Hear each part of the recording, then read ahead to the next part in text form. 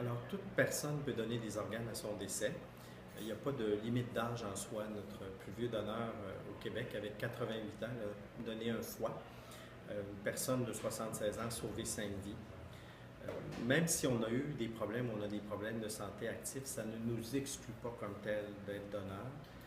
Au moment où on pourrait être un donneur, c'est-à-dire à notre décès, il y a des évaluations exhaustives qui sont faites de notre santé. Et évidemment, si on a un problème actif qui est contre-indiqué pour le receveur, on ne prélève pas les organes et on ne transplantera pas les organes parce qu'on ne veut surtout pas transférer une maladie incurable à un receveur. Alors, j'aime bien dire que si quelqu'un veut être donneur, qu'il fasse connaître sa volonté, son consentement, idéalement par écrit. On a deux registres au Québec, celui de l'assurance maladie, celui de la Chambre des notaires ou à l'endos de la carte d'assurance maladie. Et en parler avec ses proches, c'est très important aussi. Alors, si les gens veulent un petit peu plus d'informations, on peut aller sur le site signerdon.gouv.qc.ca ou encore sur le site de transplantquebec.ca.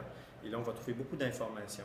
Je crois que c'est intéressant de s'informer et de prendre une décision et d'en parler avec ses proches. Ça peut faire toute la différence pour 1000 quelques personnes qui attendent souvent désespérément une transplantation, donc permettre de sauver des vies ou d'améliorer la qualité de vie des gens de façon très importante.